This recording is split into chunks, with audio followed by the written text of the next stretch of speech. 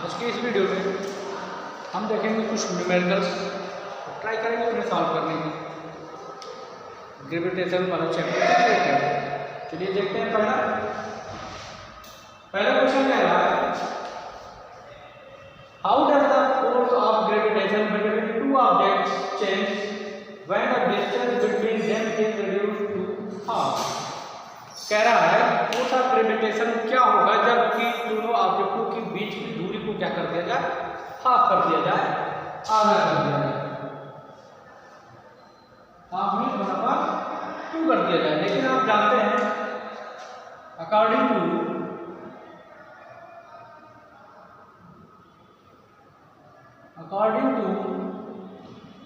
Universal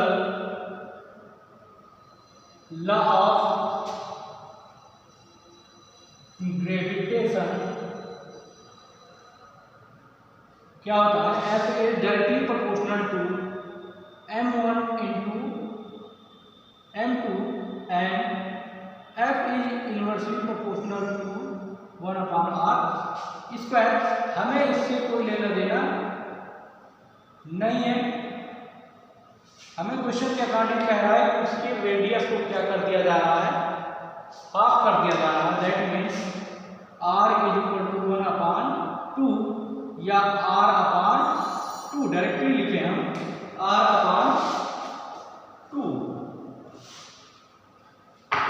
कह सकते हैं r इज 10 to r/2। चलिए रख दीजिए, रखेंगे तो क्या होगा 1/r/2 का whole square that is 1/r/4। 4 ऊपर चला जाएगा, मल्टीप्लाई हो जाएगा, दैट मीन्स 4/r। यहाँ देखेंगे F is directly proportional to 4। तो अगर फोर्स की बात करें रेडियस हाफ हो जाएगा तो फोर्स का मैग्नीट्यूड किसके बराबर हो जाएगा, that means 4 times more stronger. अगर उन दोनों के बीच की रेडियस को आधा किया जाएगा तो फोर्स कैसा हो जाएगा, 4 गुना ज्यादा। चलिए आगे देखें। आगे कह रहा है क्वेश्चन नंबर 3। क्वेश्चन सेकंड कह रहा है gravitation force act on all object in proportion to their masses, why then a heavy object does not fall faster than a light object. अब जानते हैं कि ये क्या कहते हैं, ग्रेविटेशनल जो एक्सेलरेशन होता है ये किसी भी बॉडी के मास पर डिपेंड नहीं करता है, और अगर मास पर डिपेंड नहीं करता तो हायर लाइटर स्पीड से कोई लेना देना नहीं है। ठीक, इसलिए हम चलते हैं सीधा थर्ड क्वेश्चन कह रहा है, what is the magnitude of gravitational force between the earth and a 1 kilogram object on its surface. फिर कह रहा है mass of earth is 6 × 10⁻24 kilogram, radius of earth is 6.4 × 10⁻6 metre. फिर देखते हैं गिवन दैट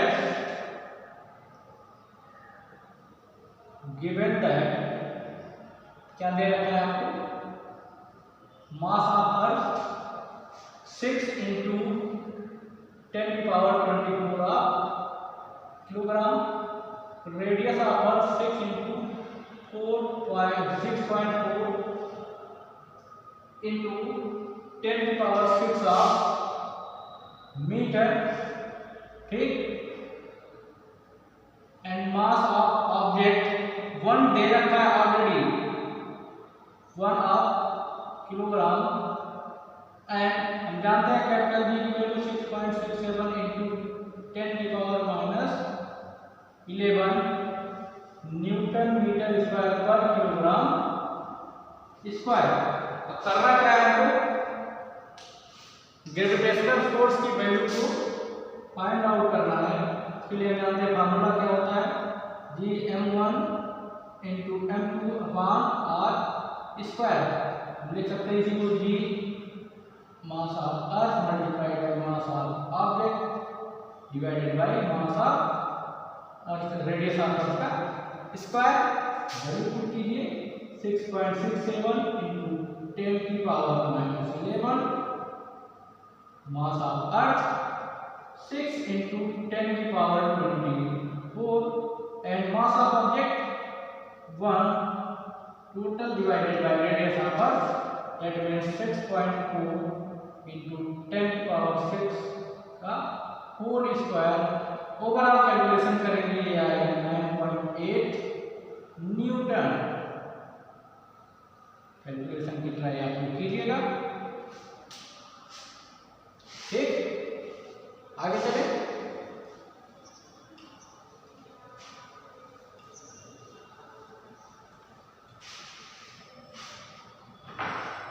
आगे फोर्थ क्वेश्चन कह रहा है the earth and the moon are attracted to each other by gravitational force. Does the earth attract the moon with a force that is greater और smaller और the same as the force with the moon attract the earth. हम एक बात जानते हैं, according to universal law of gravitation, इसके according जानते हैं कि हर एक ऑब्जेक्ट दूसरे ऑब्जेक्ट को अपनी तरफ अट्रैक्ट करता है। उसमें ये भी कह सकते हैं कि हायर ऑब्जेक्ट जो होता है,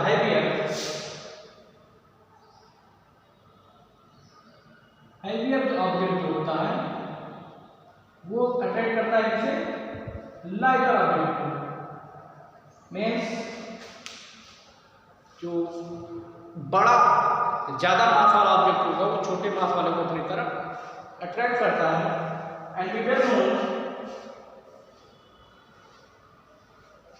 कि अर्थ का मास मून की कंपेरिजन में बहुत ही ज्यादा है,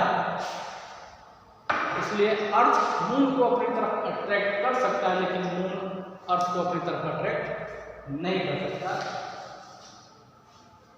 चलते हैं अगले क्वेश्चन की तरफ। क्वेश्चन 6 कह रहा है what happened to the force between two object if the mass of one object is double.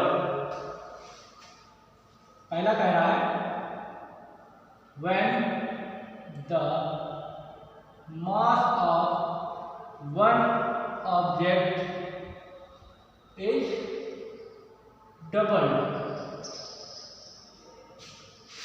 Answer में क्या होना चाहिए, किनारे लिख लेते हैं। F equal to G m1 m2 upon r square. अब यहां देखिए F या फिर इसे अलग अलग लिखना चाहिए।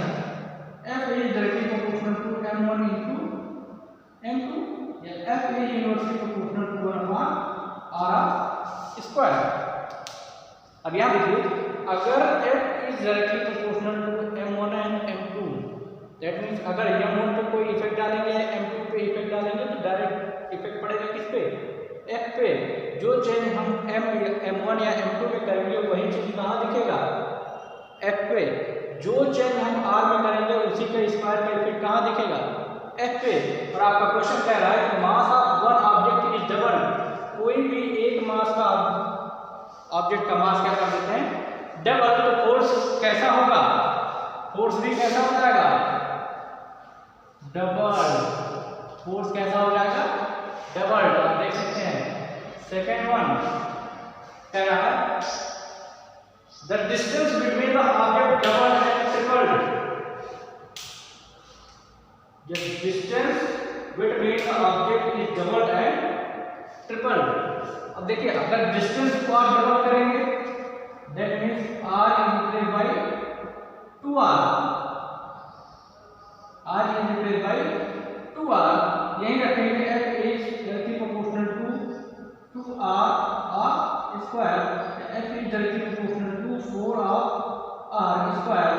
या फिर 4 को इधर कर देंगे 4f equal to 1 upon r square, या फिर r स्क्वायर बराबर 1 अपॉन 4f। ये लिखा जा सकता है ना। तो पहले के केस में क्या हो जाएगा, अगर रेडियस को हमने डबल किया तो फोर्स कैसा होगा, 1 upon f 1 upon 4, that means 1 force.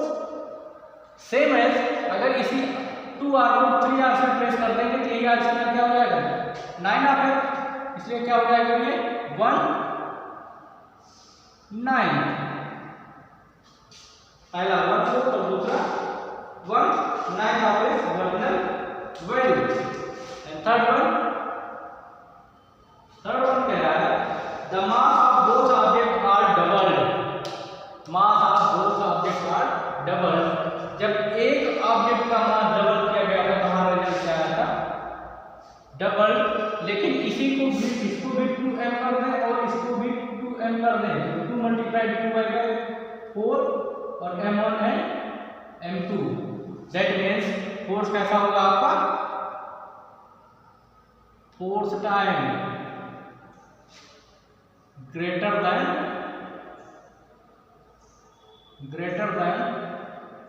initial force। में शुरुआत में जो फोर्स अप्लाई हुआ था उसका 4 गुना ज्यादा होगा जब दोनों ऑब्जेक्ट का मास हम डबल कर देंगे। ठीक, आगे बढ़ते हैं।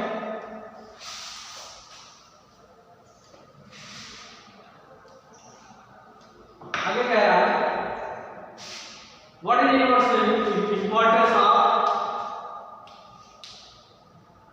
Universal law of gravitation.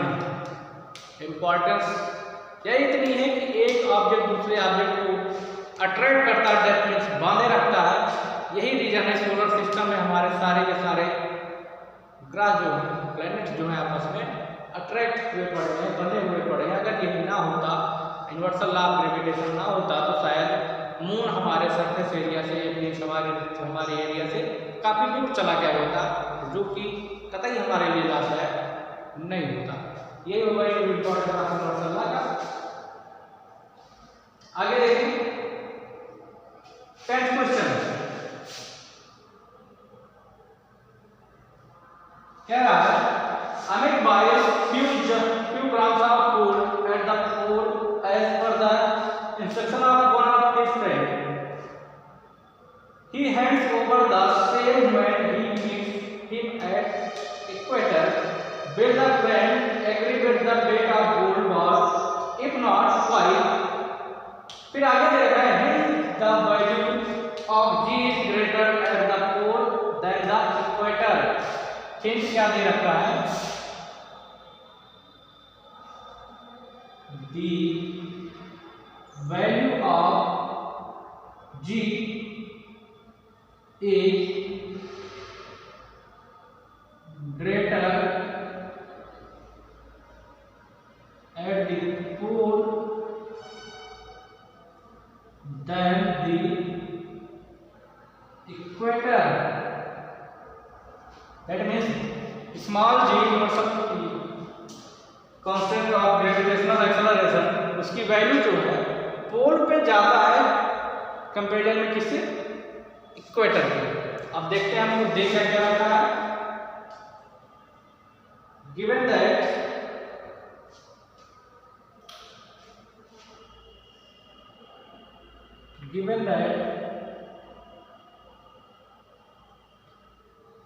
या फिर गिवन नहीं मान लेते हैं, let's assume mass of object is equal to small m और gravitational acceleration small g, therefore weight क्या हो जाएगा? m into g, that is w equal to m into g। ये तो प्योर होगा कहाँ पे? अगर मान लेते हैं ये जी की वैल्यू कहाँ है? एट पोल। तो ऑब्वियस सी बात है, जो हिंट दे रखा है हिंट के अकॉर्डिंग इस जी की वैल्यू इक्वेटर पे कम होगी, इक्वेटर पे कम होगी।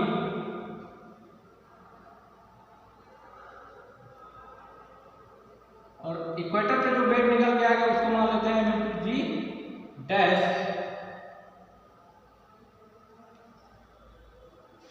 और यहीं पे मेंशन कर देते हैं as the value of G is greater at the pole than the equator, then at the equator,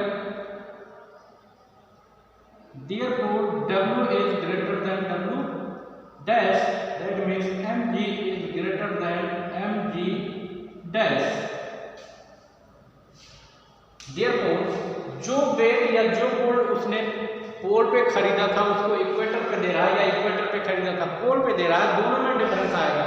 जब पोल पे खरीदेगा मीन्स आप मान लेते हैं कि पोल पे अगर 10 ग्राम सोना खरीद के किसी मित्र को दे रहा है तो उसकी वैल्यू इक्वेटर पे ज़्यादा होगी। लेकिन अगर इक्वेटर पे खरीद के सोच रहा है कि हाँ पोल पे दिया जाए तो पोल पे उसकी वैल्यू कम होगी। क्लियर? आगे देखिए, आगे कह रहा है क्वेश्चन नंबर 12।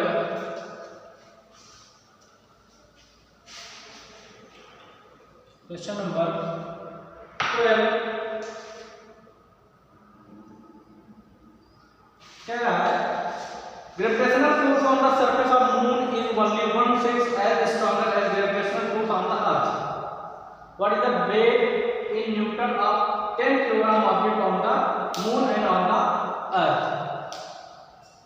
ये फैक्ट है कि अगर ग्रेविटेशनल फोर्स की बात करें तो अगर अर्थ सरफेस पे ग्रेविटेशनल फोर्स 1 न्यूटन का है तो वही ग्रेविटेशनल फोर्स मून पे क्या होगा 1/6 न्यूटन। या फिर इनवर्सली इसी के उल्टे बात करें कि अगर मून पे ग्रेविटेशनल फोर्स 1 न्यूटन का है वही अर्थ सरफेस पे क्या हो जाएगा उसी का 6 time multiplication, that means 6 newton. उसी के अकॉर्डिंग क्वेश्चन में पूछ रहा है what is the weight in newton of a 10 kilogram object on the moon. किसी ऑब्जेक्ट का मास 10 किलोग्राम दे रखा है तो उसका वेट मास पे सॉरी मून पे क्या होगा। वेट इक्वल टू क्या होता है मास इनटू ग्रेविटेशनल एक्सेलरेशन। और आपको g की वैल्यू पता है 10 या 9.8 मीटर पर सेकेंड स्क्वायर। ये मान लिया जाता है कि कांस्टेंट वैल्यू होती है, इसमें ज़्यादा डेविएट होने की जरूरत नहीं है। अगर 10 आप न्यूमेरिकल में रख के सॉल्व करेंगे तो 10 आपको ऑलरेडी वो दे रखेगा, तभी आप 10 रखेंगे। अगर अपने मन से मेंशन करना है तो अपने मन से जो उसकी एग्जैक्ट वैल्यू होती है 9.8 वही रखेंगे। W इक्वल टू m की वैल्यू दे ही रखा है equal to 10 kilogram, that means 10 into 9.8 that is 90 newton. ये W की वैल्यू आ गई कहाँ पे, ये एट द अर्थ सरफेस, ये कहाँ पे है at the earth surface. therefore या फिर हम कह सकते हैं since the weight of object at the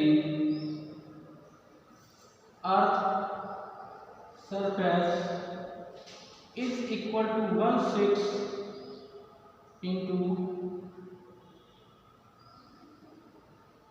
weight of object on the moon, on the moon। तो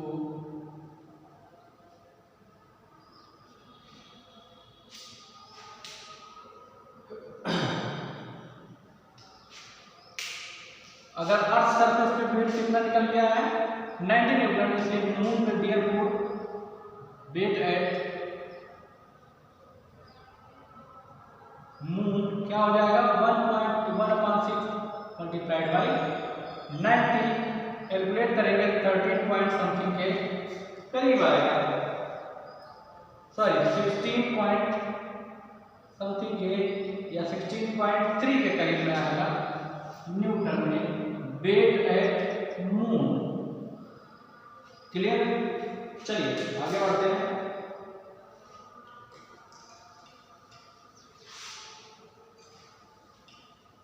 आगे कह रहा है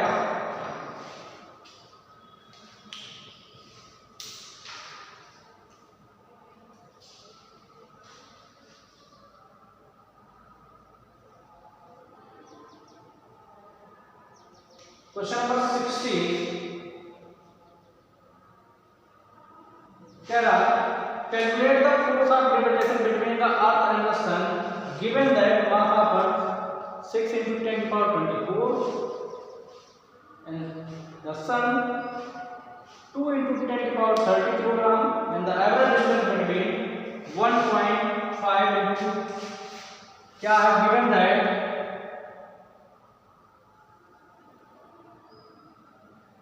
mass of earth is equal to 6.4 into 10 to power 24 kilogram,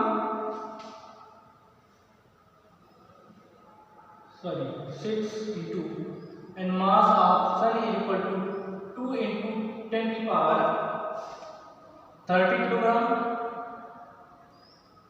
Radius between them is 1.5 into 10 to power 11 meter, and we know that universal gravitation constant 6.67 into 10 to power minus of 11 Newton meter square per kilogram square, and we know that according to universal law of gravitation F equal to G me into ms upon r square, 6 into 6 7 into 10 to power minus 11 into 6 into 10 to power 24 into 1.5 into 10 to power 2 into 10 to power 30 upon 1.5 into 10 to power 11 का square.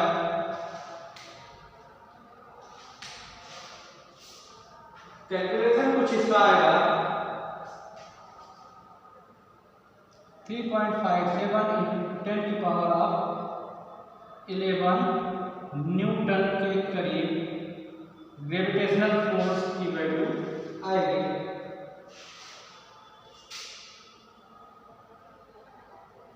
Hence कह सकते हैं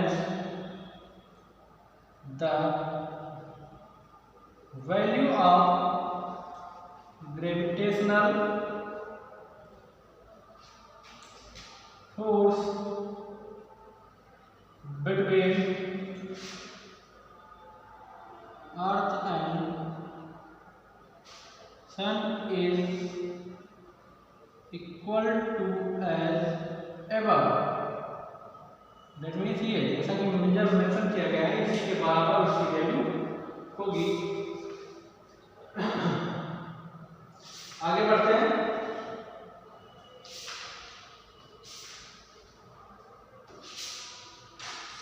question number 21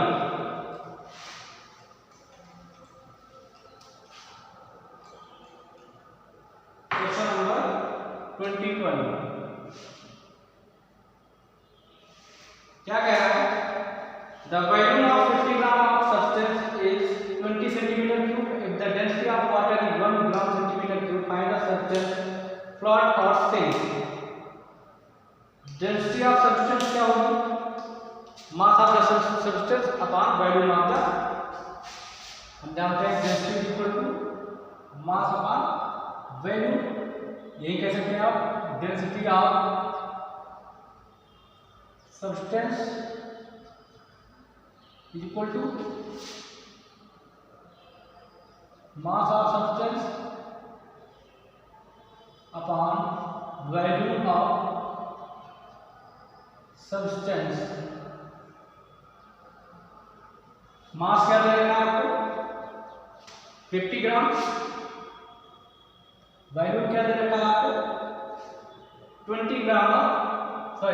centimetre cube, 0 से 0 cancel out, 2 to the 4.5 density gram पर centimetre cube, ग्राम पर centimetre cube.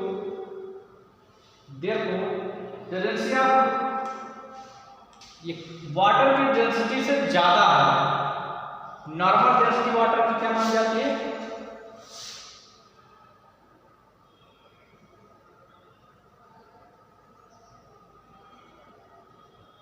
Normal density of water क्या मान जाती है 1 ग्राम पर सेंटीमीटर क्यूब।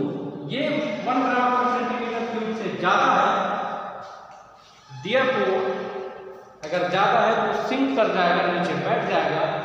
देयरफॉर अगर रिजल्टेंट की बात करें तो आपका सब्सटेंस क्या करेगा, सिंक करेगा, ना कि फ्लोट। सेम है क्वेश्चन नंबर 22। बात करें the value of 50 gram seal packet is 350 centimetre cube. Will the packet float or sink in water if the density of water is 1 gram per centimeter cube? What will the mass of the water displayed by the packet? What will the mass of क्या दे रखा है, मास 500 ग्राम, value 350 ग्राम पर centimetre cube या पर 350 centimetre cube. Density क्या होगी 500/350, that means density is equal to mass upon value, 0 से 0 cancel out. Solve करेंगे, ये निकल जाएगा 1.428 ग्राम पर centimetre cube. We know that normal density of water is equal to 1 gram per centimeter cube. This density is greater than normal density of water.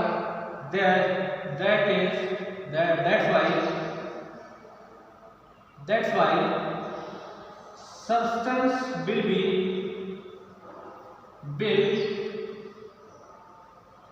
sink. ये तो आपका result हो गया पहला, लेकिन इसी में दूसरा पार्ट भी कह रहा है what is the mass of water displayed by the packet. आप जानते हैं आर्किमिडीज प्रिंसिपल के अकॉर्डिंग जो मास होता है वो इक्वल होता है किसके, डिस्प्लेस्ड मास ऑफ वाटर के, इसलिए उसका वैल्यू क्या होगा 350 ग्राम की। तो आपके इस चैप्टर के न्यूमेरिकल्स के लिए इम्पोर्टेंट जो था इतना ही था। आज के इस वीडियो के लिए बस इतना ही। अगले चैप्टर में कुछ नई चीज़ वर्क और एनर्जी से रिलेटेड सीखने का प्रयास करेंगे हम लोग। Thank you.